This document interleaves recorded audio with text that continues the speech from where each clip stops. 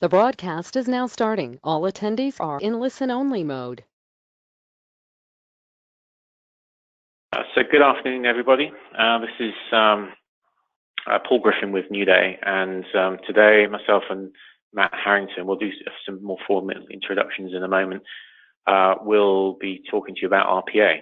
Now we've called this Realized Potential Ability, not just robotic process automation, and there's a reason for that. We think is we've been quite successful in NewDay in terms of actually enabling RPA and making it stick and driving tangible benefits on an ongoing basis. So this is how do you realize that? How do you actually realize that ability within your organization?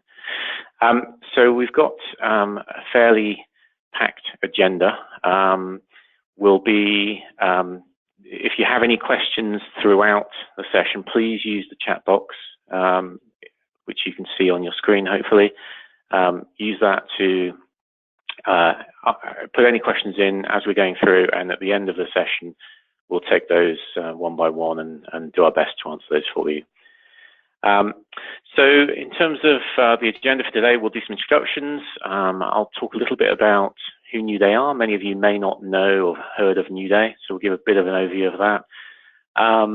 We'll then talk to why did we invest in new technologies such as RPA, and what was the rationale for that.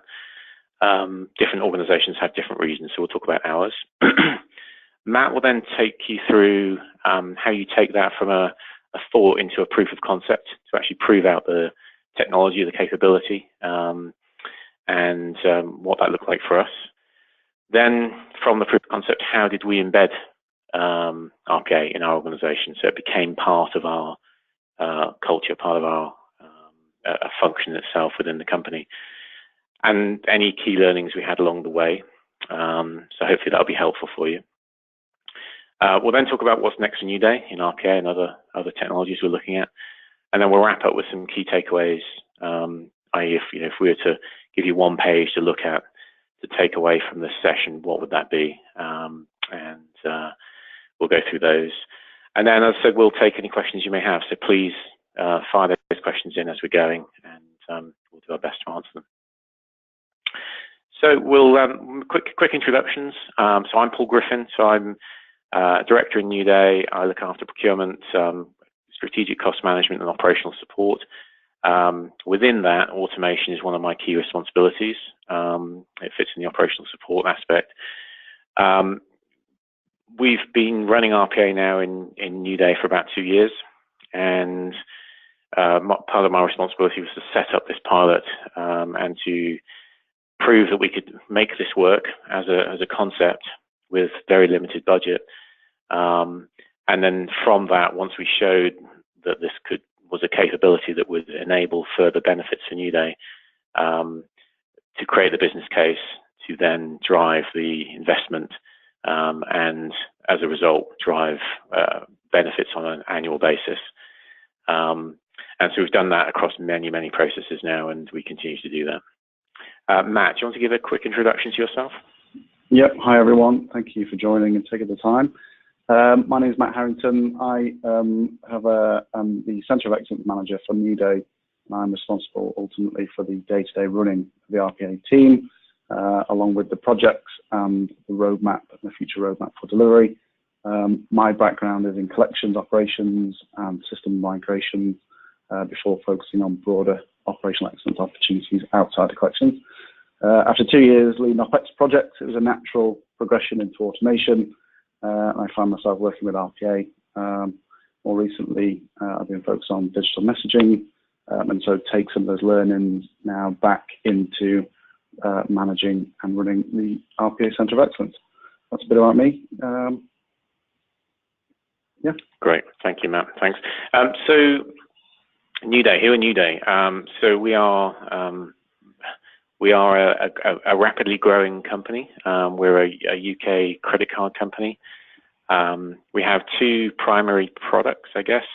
We specialize in near prime credit cards, which are customers who are, potentially finding it difficult to get a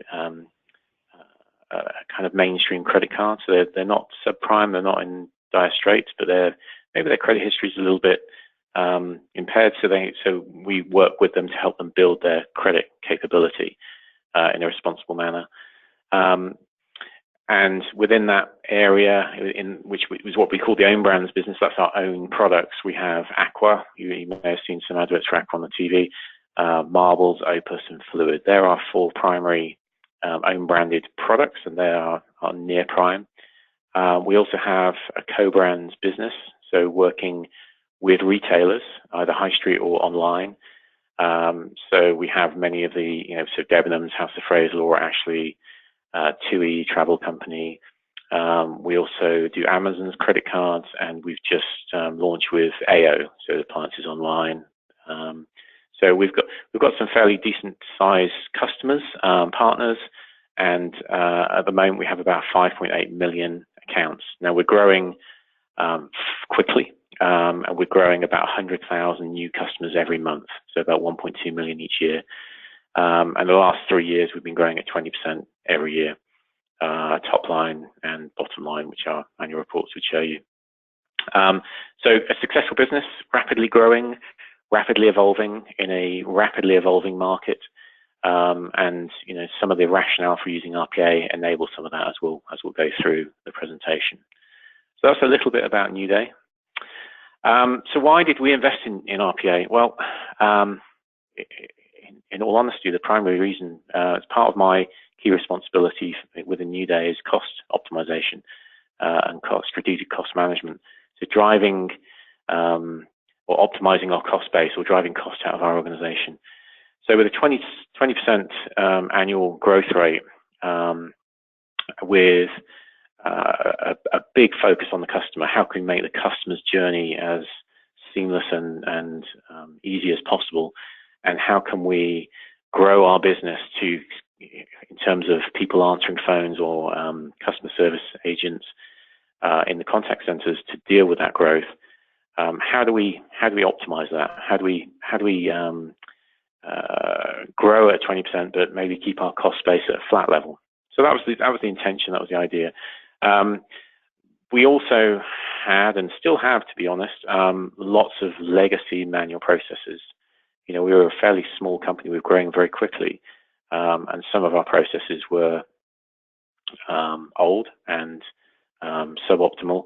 And so we looked at how do we optimize those, and then how do we use RPA to improve that further. One of the teams that I ran was at the time the operational excellence function. So this is taking processes throughout the organization and improving those processes, process engineering, value stream mapping, kind of lean, Six Sigma, that kind of approach.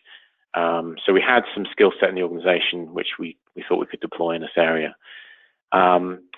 We also reached out to our employees, so people that were on the phones, people that were dealing with customers on a day-to-day basis, and asked them, what they thought. Was there an opportunity here? We were trying to engage people right from the start, and that really paid back in many ways as we went through this journey, which we'll share with you as we go through this presentation. Combine that with a very aggressive and ambitious change delivery roadmap. We do a significant amount of change every day, every month, every year, and so we have to have processes that are slick, and we need to kind of optimize those all the time. You'll see throughout the presentation that this gave us a byproduct of quality assurance. We'll talk about some more about this, because this is something that most people don't realize, but the RPA really gives you 100% quality assurance, which is phenomenal when you're in a regulated organization. And in all honesty, it was something that was out there. We weren't using. Why not? It was a technology that we could potentially tap into and make our business better. And so that's where we started. So there's some high-level reasons, but the ultimate reason is cost optimization for NewDay. So in terms of how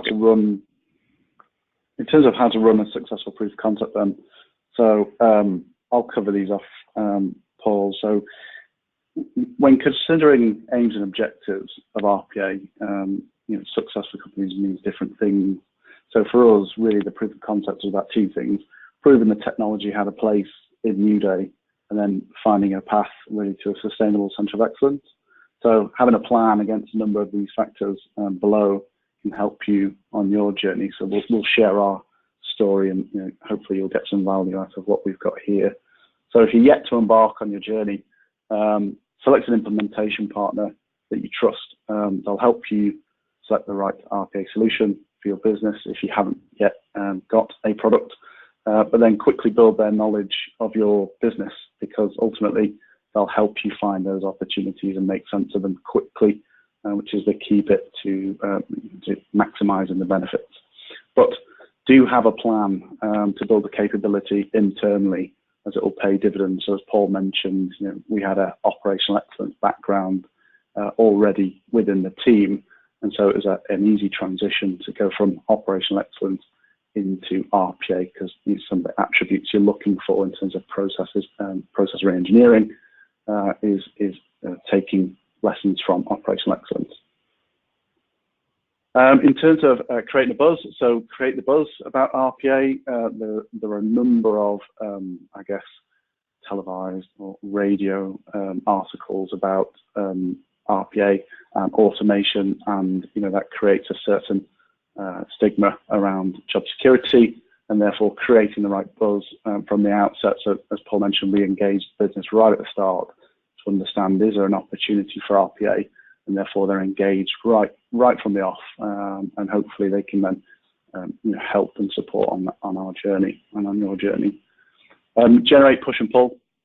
So we'll spend an awful amount of time looking for opportunity, but done right, you end up getting demand into the centre of excellence, and that's what we found. So the way in which we did that was essentially educating people at every point we could on what are the attributes that would support an RPA development. So structured digital data, repetitive, high demand, those types of things. And if you call that out often enough, you start to hear that played back to you from the operation, and they'll bring the processes to you. Fostering engagement. So there's many stakeholders in the business that have an involvement in RPA. Each one of those would have a role to play in overall speed, overall lead time of getting a process from concept, I guess, into delivery, and therefore it's critical that you talk to those teams often and define clear boundaries, which we'll come on to later. A healthy backlog. So post proof of concept, and as you're going through your proof of concept, keep a list of those backlog items, those things that you want to, those opportunities you might consider as future deliverables, and ensure that they've got tangible benefits. So complete the due diligence on volume, times, handling times, etc. If that's the opportunity you're going after, and make sure that you can realise those benefits. Develop your COE as you go. So in a proof of concept, again, one of the objectives was to ensure that we had a path to a sustainable centre of excellence. And so we took notes, we tested things out, we went to our stakeholders and checked, does this work for you? But that process didn't stop once we implemented the centre of excellence, and still goes on now. So we're continuously trying to refine our processes. Work with internal customers. So I've covered this off earlier, but ultimately, if you have the right engagement and the right communication at the right time with your stakeholders, you'll ensure not only the right processes are being automated, but also that the integrations and implementations of those processes land well with the business. And then leading into the last bullet, but ultimately clear roles and responsibilities for process ownership. So again, in NewDay, our operating model is, the process owner still has responsibility and accountability for that process. RPA is an enabler, and therefore they manage the change to that process, or requirements to make amends, etc. We'll always engage with the process owner. And then lastly, the proof of concept for NewDay and the success of it really was down to choosing the right process. So picking up a process that has a balance of attributes that sets the expectations, the correct expectations going forward, which I'll come on to. So in terms of embedding RPA into our organisation, we used a bit of a scorecard, and the reason we did that is because, as I mentioned, we wanted to make sure that the process that we chose set us off on the right footing. So there's an X-Y axis there, but ultimately, a process that was selected that was too simple might underestimate potential processes going forward, and therefore you might face a skills gap in the future. Also, too challenging, so too far the other way, you might end up deflating people involved in the process or putting off senior sponsorship or senior stakeholders, and therefore lose sponsorship. So for us, we found a sweet spot in the middle, which was complex enough to show the benefits of RPA and how it can work within our infrastructure, but also had impacting benefits. So we chose a process with quite a good payback. So some of the key lessons when completing that assessment process, we use a combination of experienced experts. So as Paul mentioned, we had operational excellence thinkers already in the business, coupled with experienced process re-engineers, people used to taking processes and cutting parts out or moving things around to make them fit. And therefore, those were the attributes that we were looking for to continue looking for opportunities in our Centre of Excellence.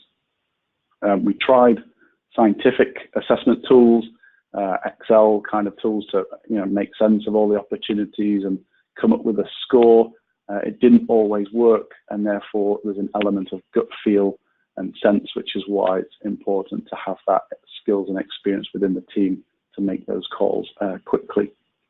And it didn't always go to plan, so I think we changed the process selection for the proof of concept a couple of times before landing on the final process that we took forward.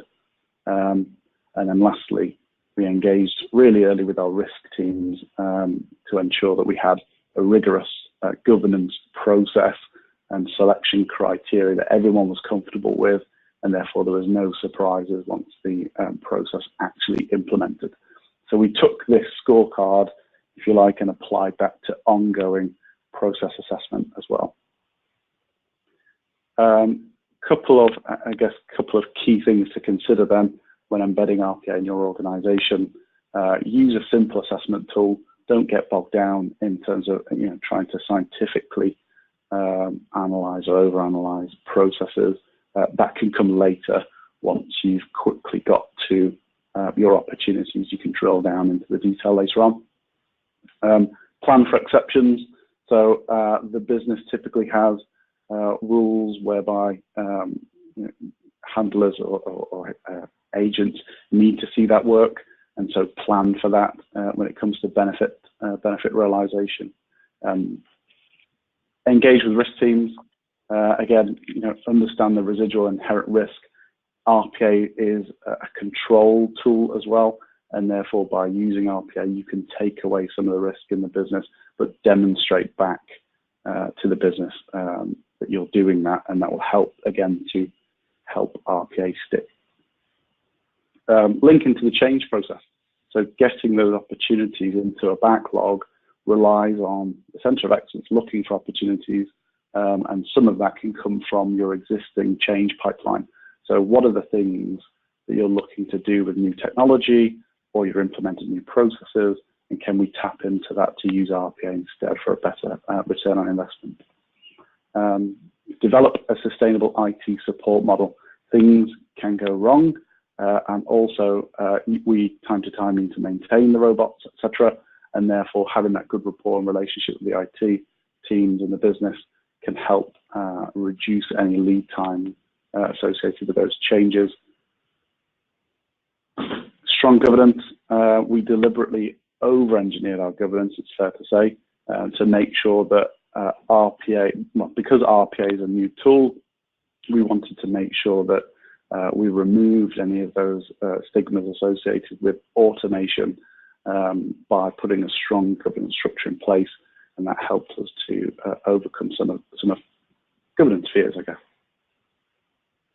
create a delivery governance forum. So talk to people, essentially, do things online, but also speak to people in meetings about things, and take recommendations, etc., to governance forums and engage the right people. So in our governance forum, for instance, we had directors and heads of them from all over the business, and therefore they were able to understand the impacts of those processes going live and make key decisions.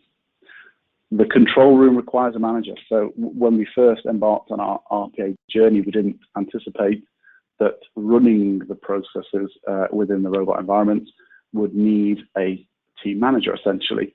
And so that came later for us, but in hindsight, we probably would have done that a bit sooner, and getting that manager in to take away those pressures from the developers, and keep those guys developing processes. And then lastly, recruit the right people. So, change backgrounds, continuous improvement backgrounds, lean process reengineering. Depending on your process landscape, you might find you have lots of opportunity that doesn't require any engineering of processes. You might find that actually, as we did, the challenges were not everything fit the RPA model, so we had to do quite a bit of engineering. So I guess in terms of benefits, three pillars. So we had productivity benefits. We consider building the operating model a benefit or a success, and then actually deploying this in our infrastructure, again, because there's different ways to build robots in your space. We did ours in Azure, and therefore building that infrastructure we considered a success. So I won't call out everything on this slide. You can take a look, but ultimately we realized a 22 FT reallocation, and we say reallocation. We are fortunate not to make anyone redundant in this process. We, as Paul said, we're growing 20% year on year, and with that comes growth in frontline associates, and we were able to stem that growth by 22 as a result of our proof of concept process that went live. As a benefit, we also reduced the lead time of that process by 90%, which is excellent from a customer perspective as well. And then QA moved from 5 checks to 100% checking, essentially, because the robot doesn't do anything you don't program it to do. Once that's signed off, it will repeat that step forevermore, and therefore 100% checking is what we got as a byproduct. So moving on to some critical success factors. So we built a really good relationship with our implementation partner. They're not only going to help select the technology, but as RPA integrates into the business, we also found there was opportunities for congruent technologies, and they helped us to understand those linkages and how we can use that technology combined with RPA quickly. And all that, I think, was enabled because of the relationship we had and the way we were able to really open up about our processes and what we planned for them in the future. Top-down sponsorship. So right from the top, our CEO was highly committed to ensuring RPA was a success, and that fed right down through the line.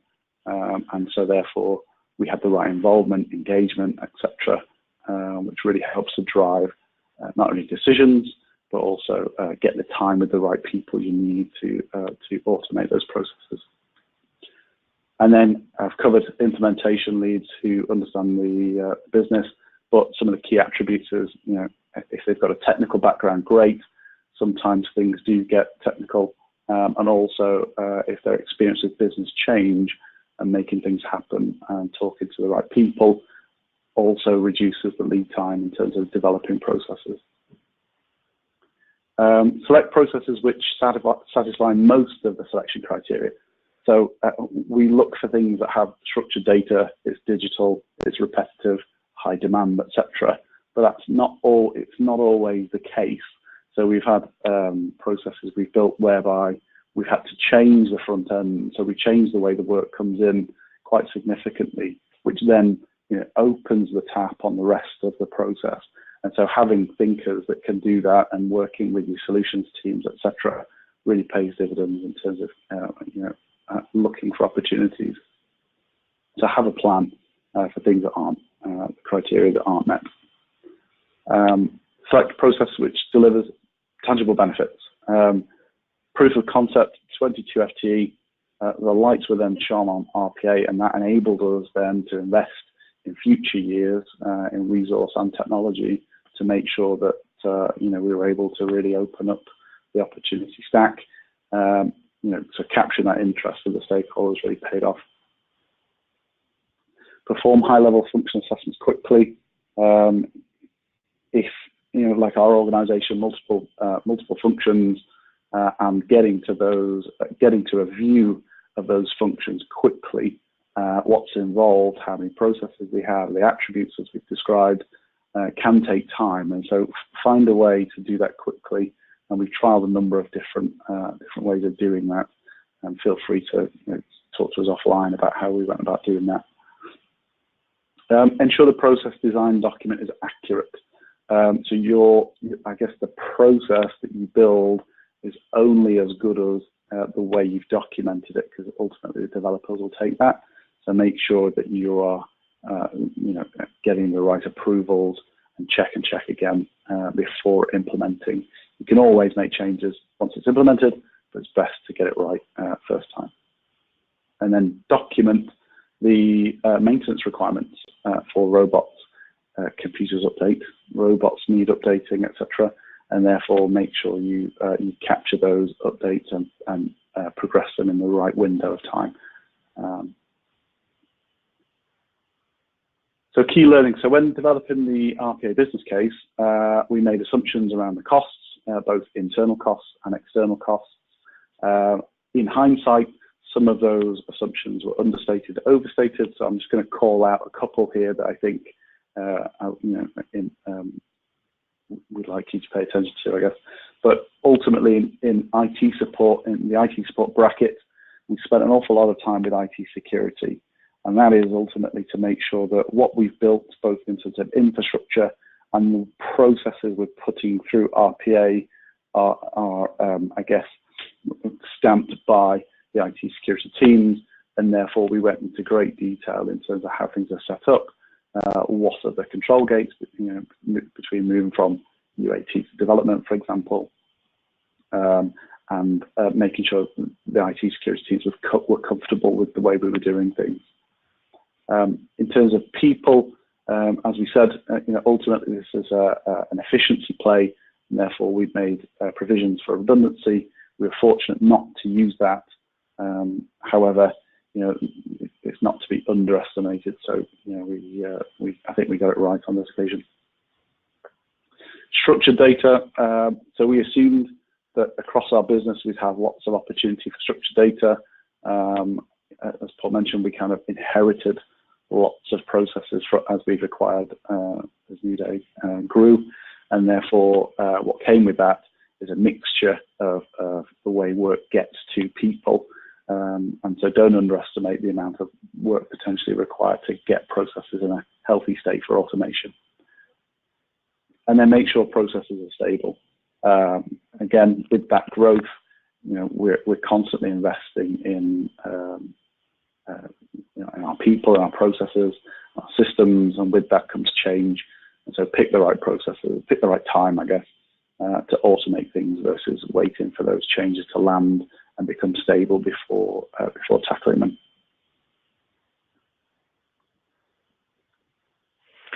Great, thanks. Yeah, thank you, Matt. So what's next? We talked about how we've got to where we are today. What are we doing next? So first thing is we don't ever stand still in terms of our centre of excellence on RPA. We see it as a continually evolving. We should be raising the bar every day in terms of what we can do and how we can do it, and how we can enable the business to do more with less, or go faster, or get better. We do that through good engagement with the business. I think sometimes these RPA can stumble in an organization if there's not the right engagement with the different business lines, and they don't understand what RPA is and what it can do. So we do a lot of work in terms of getting into the different functional areas, into the HR teams, into the finance teams, into IT teams to help them understand what we've done with demonstrations of how it's worked. That then creates, the thought in their minds in terms of how that could work in their functional area. We also continue to share best practice. So we elements such as these kind of show and tell type initiatives, and also industry seminars, and working with external partners, and working with our Agile teams and our digital development teams. How can we push this further? As we've gone along, we've actually pushed the opportunities into chatbots. We've developed our own chatbot capability that sits in our mobile apps. That's all been done in-house, and that's been in place now for the best part of this year. And we continue to grow that out to take on more and more customer journeys, more and more opportunities where we can shift volume away from calls and into self-serve or interacting with a robot effectively.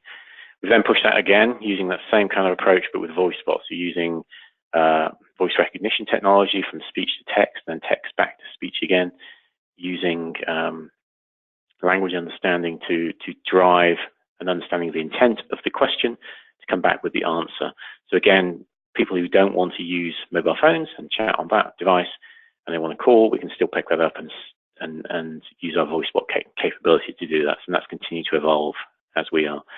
And RPA is what we call it. So that this is where we're taking additional congruent technologies, image recognition, NLP, cognitive reasoning, various other ones, and bolting those together with RPA. So RPA become the arms and legs, but there's no real intelligence there. And if you have image recognition, you've got a set of eyes. If you can actually start adding further elements, you can actually broaden the scope of RPA and bring more and more technology in that will give us a broader remit across the organization. So that's the approach we're in that now, and there's a heavy investment plan for next year on that.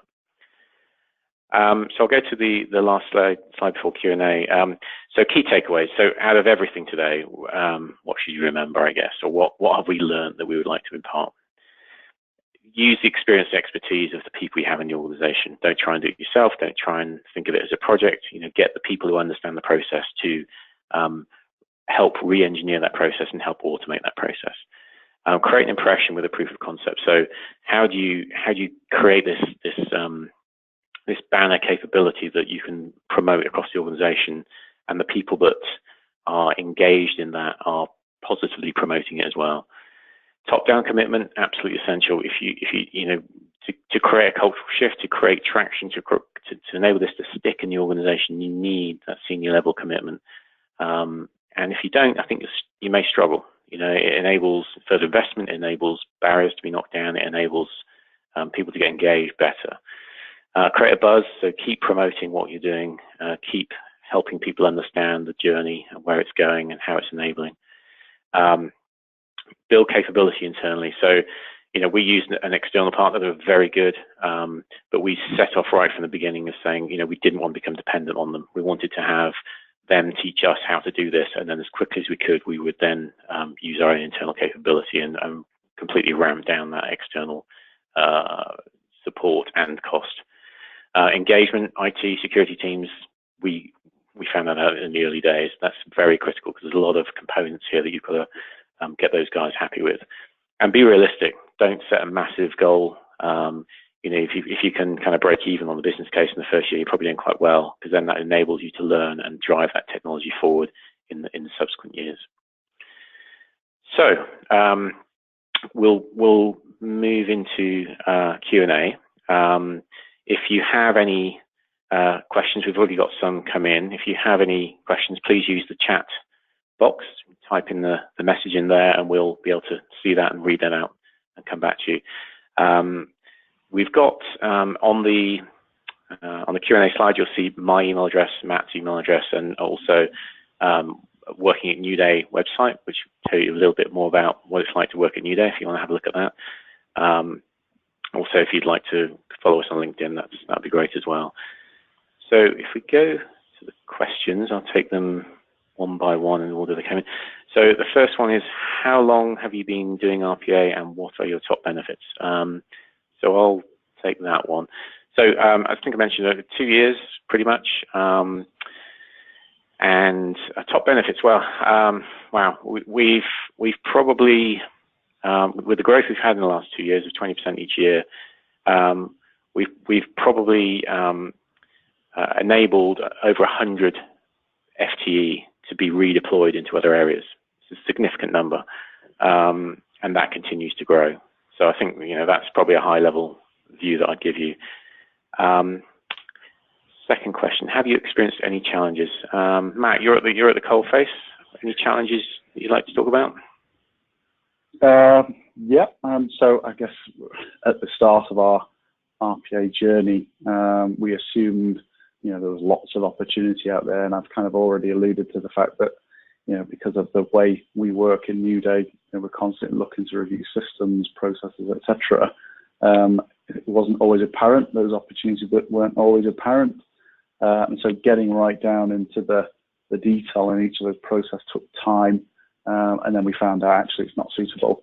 And so, some of the things we did to overcome those is we changed our way of working. We looked at, more rapid scans of functional areas, and we had an eye on the fact that we might need some re-engineering, and therefore, we did our investigations up front as to how we can work with other technologies, perhaps in this area. So, that was one of the challenges. Great, thanks. Next question: who did you choose as your implementation partner and why? We did a bit of a beauty parade of various implementation partners. This is a big industry, and there's lots of companies out there that can help on this. We wanted someone that was practical, had practical experience, had done this in industry, so they weren't just pure consultants. They'd actually worked in this world in some fairly big companies, and had enabled this to be embedded in those companies, and we could actually see that. So I'm happy to, if whoever asked the question, or if anyone else is interested, drop me an email on the email address on the page there. This is Paul, and I can share with you the information on that company. But we'll probably do that offline if that's okay. Next question: why did you choose not to deploy in IT or have the Centre of Excellence in IT? I'll take this one as well. So there was a conscious decision. We didn't want this to be an IT project. We didn't want it to be owned by IT. We wanted this to be a business process enabler and an overview across the whole of NewDay. The function I look after is that kind of covers NewDay. Operational excellence team covered NewDay, and there was experience in those teams that enabled that to get a head start, if you like, in terms of the process engineering reviews. But it's a conscious decision not to have it as an IT program. We knew this needed a high level of engagement. We knew this needed convincing people, selling a little bit, helping to understand what were the requirements and how we could embed those. So I guess that's why it sat with me and not in IT. Next question: are NewDay actively hiring in the RPA team, and if so, what is the process? Matt, do you want to cover that one? In short, yes, we are. We, because of our success, I guess, we are looking to grow the team. There is an application that's due to go, a job spec that's due to go live shortly, actually. So what we'll probably do is send the link around or include that in the downloadable version of this. So if you're listening to this after the live event, you should hopefully see a link to the role profile. So yeah, we're actively hiring a developer. It's great. Great. Okay. I'm just looking. We've got some more questions. So I've just lost the page. So, okay. Test questions. Let me go to the next one. So, what technologies do you use and recommend? Matt, can you take that one as well? Yeah. If you're looking specifically for the RPA technology, we use Blue Prism. I mean, there's a few out there to choose from now. At the time, Blue Prism worked for us. In terms of additional technologies, I think you covered some of those, Paul, in terms of what we're looking at and you know, what we use in conjunction with RPA. And then I guess, you know, these will vary depending on your own opportunities. So we currently use RPA and OCR together. We also use RPA with chatbots. That was one of the first chat messaging processes that went live. And then the roadmap for other congruent technologies next year. So we're currently investigating other things that we can stitch together with RPA to open those opportunities. So hopefully that answers the question. Great. So the next question is your actual development now done in-house? And if so, by IT resource or business resource? So yes, it's all done in-house. I think we probably had 6 months of handover from implementation partner through to internal team that we recruited. And after 6 months, we were then picking processes up ourselves. It doesn't sit in IT. It sits in Matt's team, which is in I guess you would call it the business side. So it's not IT. And again, that gives us the ability to use the capabilities in that team more broadly across NewDay and open the doors we need to open. So yeah, it's business resource in that language. Let me see, next question. What is your RPA platform? I think you've already covered that one, Matt. Yep. Yes, it's a Blue Prism. Yep, great. So I think that's the. If there are any other questions, please send them in now, and we can cover those off. I'd say if anybody would like to get more information, I think this presentation will be, and the recording of this will be available afterwards. We'll have some links in there as well to the various sites we have, and we can answer any questions. Again, you know, if you're looking at whoever asked about are we hiring right now, we are, and we'll be happy to speak to you. NewDay is a very progressive company, which you'll see probably from the links we've got. So I think that's it now. I think the questions are over. So hopefully that was helpful for everybody. It's quite a journey, and I think, you know, using companies that have done some of this work and made it stick and made it successful, I think is, you know, I wish I'd had something like that when we first started out. We really found our feet very quickly. But I appreciate everyone's time today, and thank you for the positive feedback that you've been sending through as well. And we shall leave you to it. Thank you very much. Yeah, thank you, everyone. Cheers.